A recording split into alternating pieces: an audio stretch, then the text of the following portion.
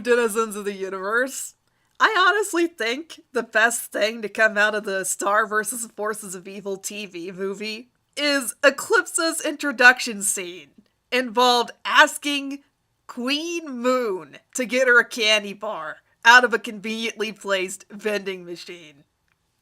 People have been going nuts with this. I saw a comic by Mark Mack, I think his username is, where Eclipsa storms the castle and steals all of Queen Moon's chocolate bars, and Queen Moon is chasing her, trying to get him back. It sets her up like this cereal mascot, or let's say a Snickers mascot, crazy about chocolate.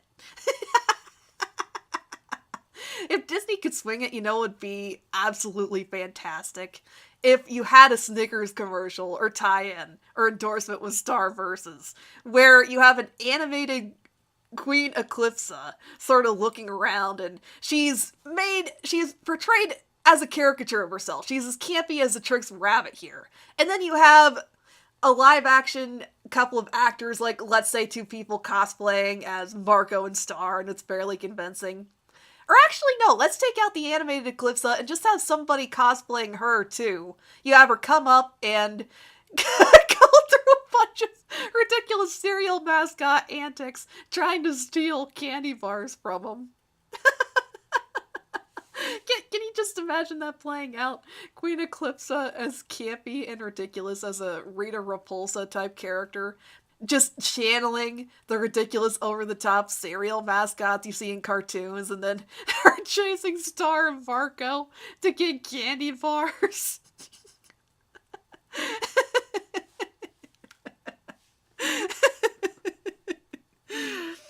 I would be such a happy camper if somebody made this a thing. Like, somebody put together a cosplay group and did this. That'd just be fantastic. Hell, if anybody has, or fairly convincing, or they'd be up for this idea, hit me up on Tumblr or DeviantArt or something. Let me know if there's a convention we can all meet up at, and let's make this a thing, because I will go all camp and play Queen Eclipsa. I will do it. I couldn't really do Star Marco, I just couldn't. I don't really... But Eclipsa, I would definitely be willing to give that a try. Kind of using that as a springboard to take the discussion elsewhere. Up and away! So, I don't know. Well, apparently, Eclipse is pretty much poised to be the big bad for Season 3. There's still a lot that viewers don't really know about her.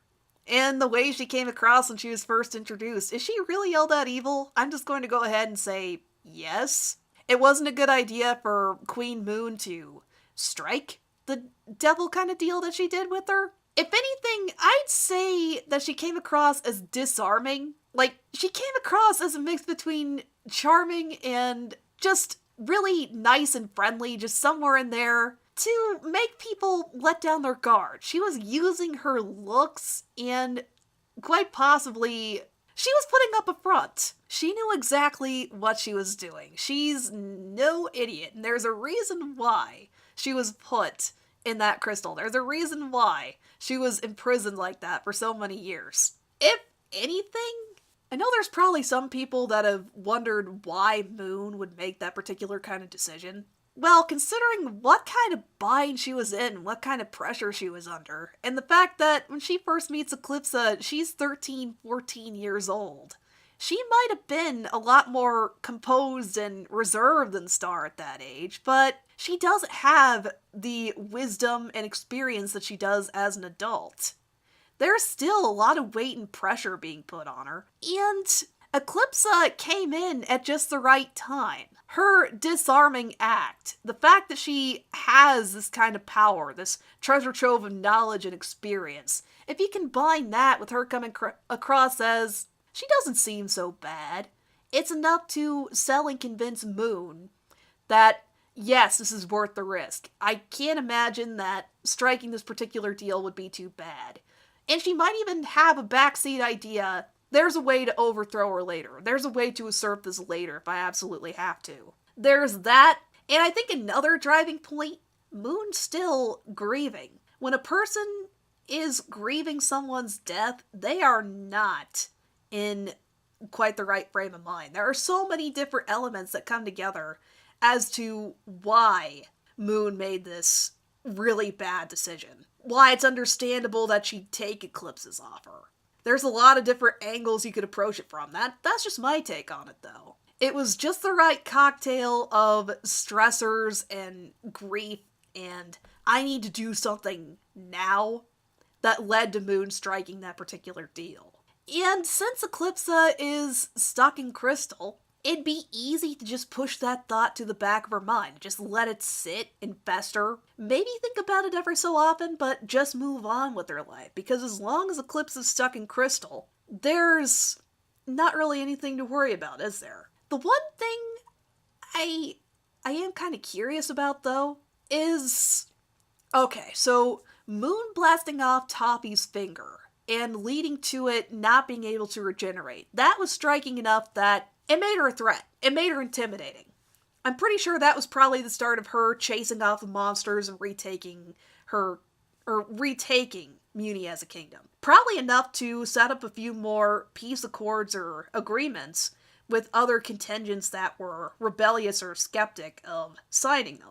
But Toppy, what I'm wondering about now is why it took him so long to sneak back into the picture. Why it took until Ludo facing off with the new generation for Toppy to pop back up. Maybe it took him that long to think of a better, well-executed plan or to organize everything to go just the way he wanted to. Maybe he was in hiding for a long time because he was doing extensive research. He may be an immortal monster, but I'm starting to be kind of skeptic about him facing off against several generations of queens. I think he first popped up or became more of a threat when Star's mom was when Moon's mother was the ruling queen of Mewni. And then it's just kind of gone from there. I'm guessing he was in hiding and reading up and researching about magic for the past 10, 15 years. Sort of buffing himself up, making sure he had all the necessary ducks lined up in the row, that kind of thing. That's just my take on it. I'm just kind of rambling about this. And 10, 15 years is enough to kind of think, I think he's back down for now. He's a threat, but it doesn't seem like he's going to pop up again anytime soon. It's enough time for Moon to kind of move on and just, he went lower and lower on the priorities list. He was always a looming threat, he was always there. But the fact that he's not making any immediate moves, the fact that he hasn't immediately come to the forefront, it's just something to keep an eye on rather than sit and worry about for the next 10, 15 years. It wasn't until she was face to face with Toppy again that she went into panic or crisis mode. Kind of thinking here. I was kind of creeped out by the fact that, man, Ludo was in for such a nasty ride when it came to Toppy taking over the wand and then... Ah, jeez. I'm just thinking about that last scene near the end. Everybody was wondering how Toppy was going to regenerate. I think a lot of us knew that he was going to grow back from his severed finger, but what was going to happen to Ludo in the process? Like, the wand became part of Ludo's hand. It became entrenched in there. Toppy took possession of Ludo a couple of times. Well, Toppy definitely regenerated, but Ludo came out of it just fine, and that scene was absolutely disgusting and nightmare fuel, and I kind of wonder if they played with the idea of pushing the envelope a bit further, and that would have been Ludo's death. Toppy coming back ultimately killed Ludo, kind of thing. Kind of wonder if they played with that idea. I doubt it, but the way it was executed, it's kind of hard not to wonder if that was kind of tossed around or bandied around. If it happened at the... Okay, yeah, I'm done with that particular discussion. When it comes to what kind of show and demographic that Starverse is aimed at, it's one thing to kill off Toppy. To have a character death like Ludo's, that'd be another ballpark. That'd probably take a lot more... It'd probably be a much harder sell. To Disney if they had wanted to go that route. Kind of pains me to talk about that, though. since Ludo is my favorite. He still is. And he had a couple of moments where he got to be the pseudo big bad, where he accomplished some of his goals. For lack of a better way to describe it, you know how you have the screw up villain and they have a brief day in the sun kind of thing? In Shaolin Showdown, there was an episode that played with what-if scenarios or futures. And there was one where Jack Spicer successfully took over the world and actually subjected everybody, all of his fellow villains that had stomped on him or leered at him or made fun of him. He got his comeuppance. He got it. And I'd say that Ludo taking over the kingdom with his army of rats and then making Mewni sing stupid songs about how great a king he was and that kind of thing, that was his proverbial day in the sun. But it was further insight or a further look at just how pathetic and dried up he kind of is. Just further emphasizing his entire stint as a villain has been an empty chase for power, something to fill the quote-unquote void, since he didn't get any praise or affirmation from his parents. He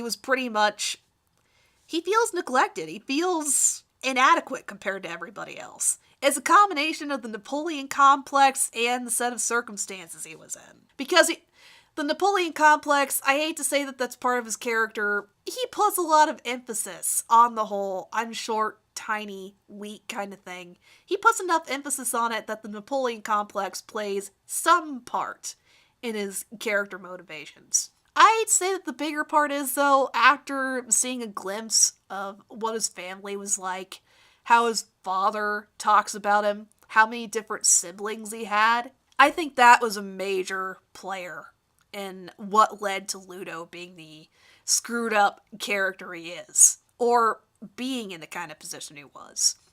I'm still kind of curious as to how did the bond between him and Buff Frog develop, or where did that start? And what led to, of all the minions, they turned on Ludo in a heartbeat. If you remember what happened leading up to Storm the Castle, they ditched Ludo the moment a more promising, intimidating threat showed up. When they look at Toffee, they see a competent figure that's going to follow through on what he says. It's going to get stuff done. I think part of what led to the minions working for Ludo was that it was a well-paying gig. They had room and board. And they probably thought, this is our best bet to reclaim glory or any kind of substance as monsters. This is the only chance we're going to get at reclaiming Mewni, or the territory that our ancestors lost. That kind of thing. I think that was some kind of driving factor, because otherwise, why switch over to working for Toffee? He might have... I don't think... He never mentioned anything about expressly paying anybody for their participation or cooperation in his plots or schemes. It came more like, the other boss got dethroned, and we're gonna follow this guy because he took over, but because he seemed like the better bet. Like, he was going to get them what they really wanted from following a bigger, powerful guy. I think the only reason Ludo seemed appealing at first is because he is monster royalty. He does have some claim to a throne or some kind of title, I guess. Work with him and you're going to get some kind of praise or accolades or something. Especially when he regains some kind of foothold of control, or once he gets some kind of title. Work with him and you're going to be rewarded handsomely. I think that was a lot of the motivation for some of the minions. Buff Frog was different. He was legitimately upset when Ludo threw him out. They have some kind of familial relationship.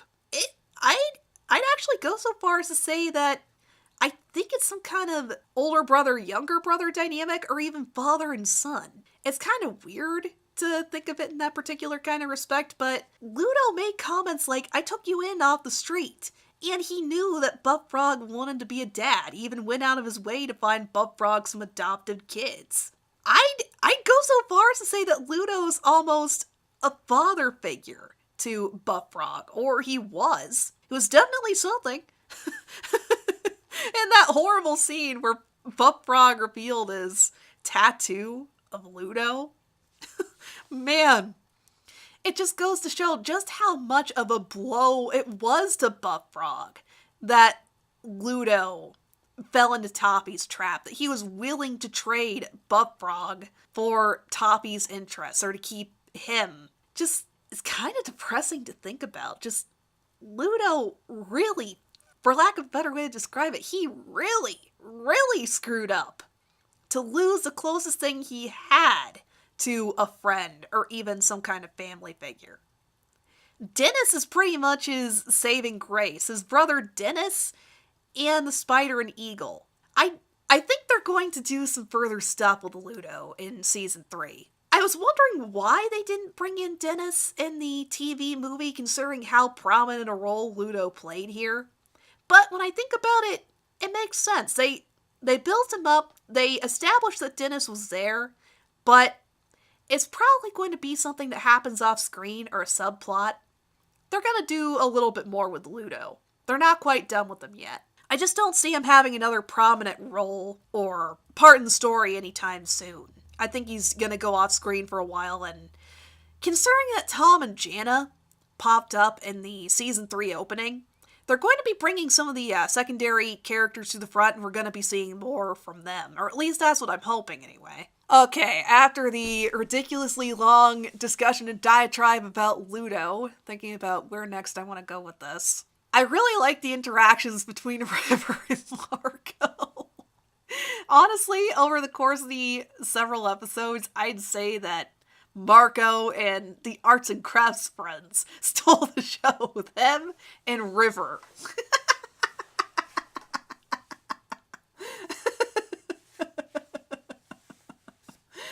I was kind of intrigued by one of the comments River made about Marco reminding him of his wife.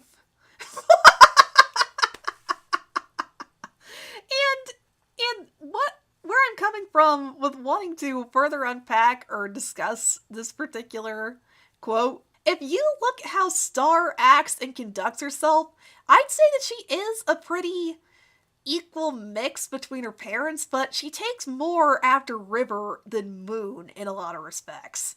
She has his adventurous and obnoxious side, his affinity for partying and hanging out with large groups of people, his recklessness, definitely.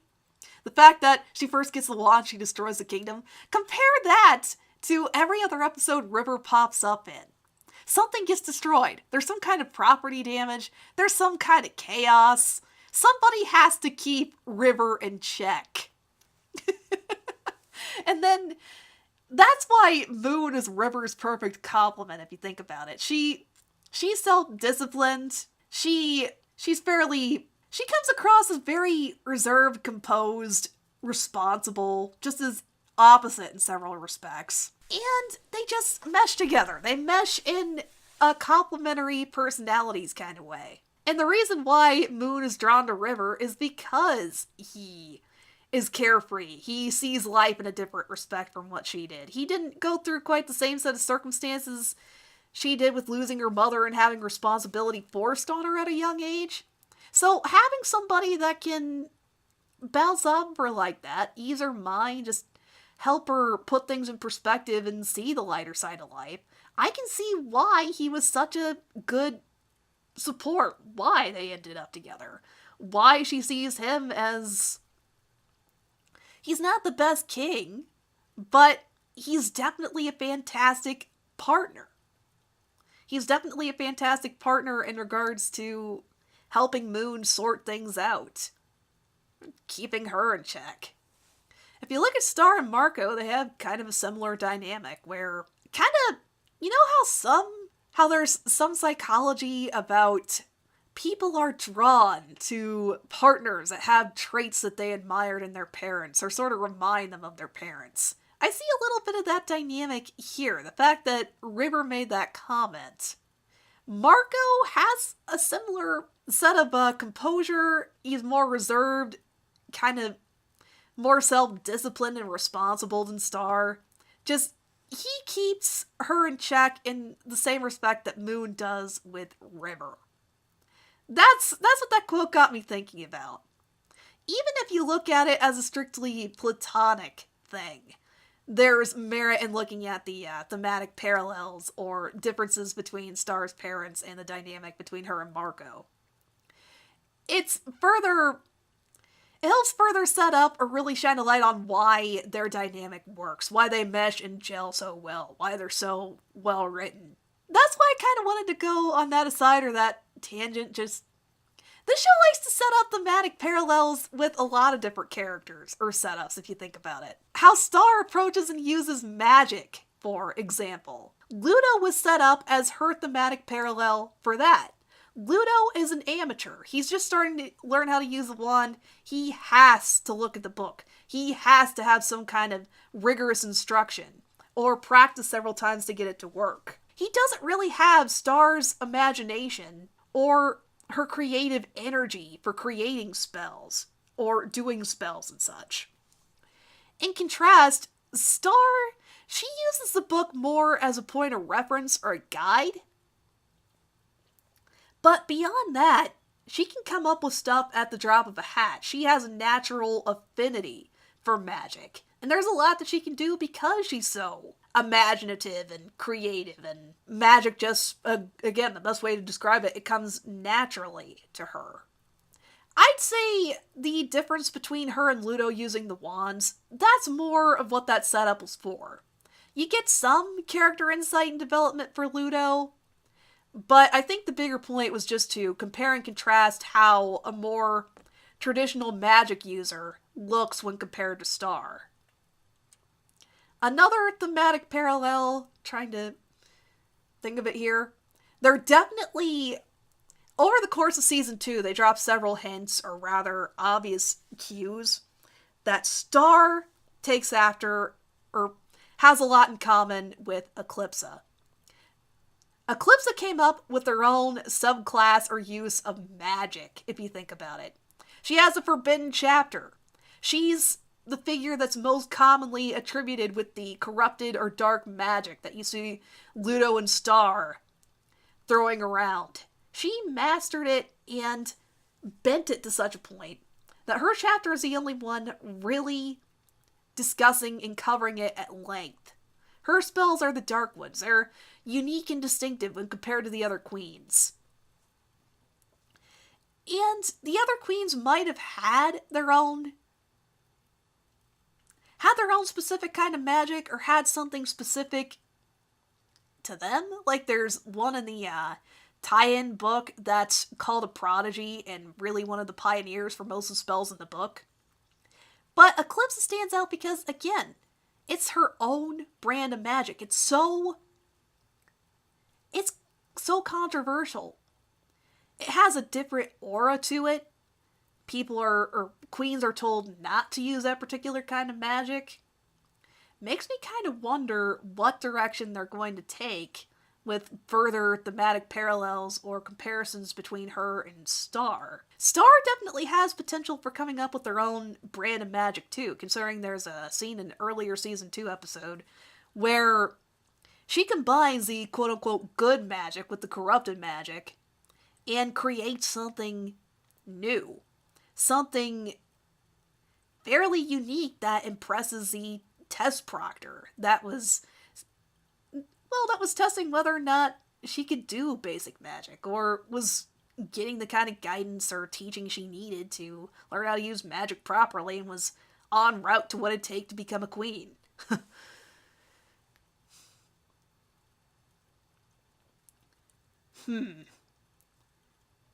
Yeah, that specific tangent was about other thematic parallels I've noticed in this particular show. Touched on the whole Star and Eclipse thing I wanted to as well. In regards to, I'm not sure what direction they're going to take with Eclipse as a big bad. I don't really have anything else to say about this. Probably going to mull over it a bit more, maybe make another video if something else big comes to mind. But I touched on the biggest points I really wanted to, which were pretty much Eclipsa and some about Toffee.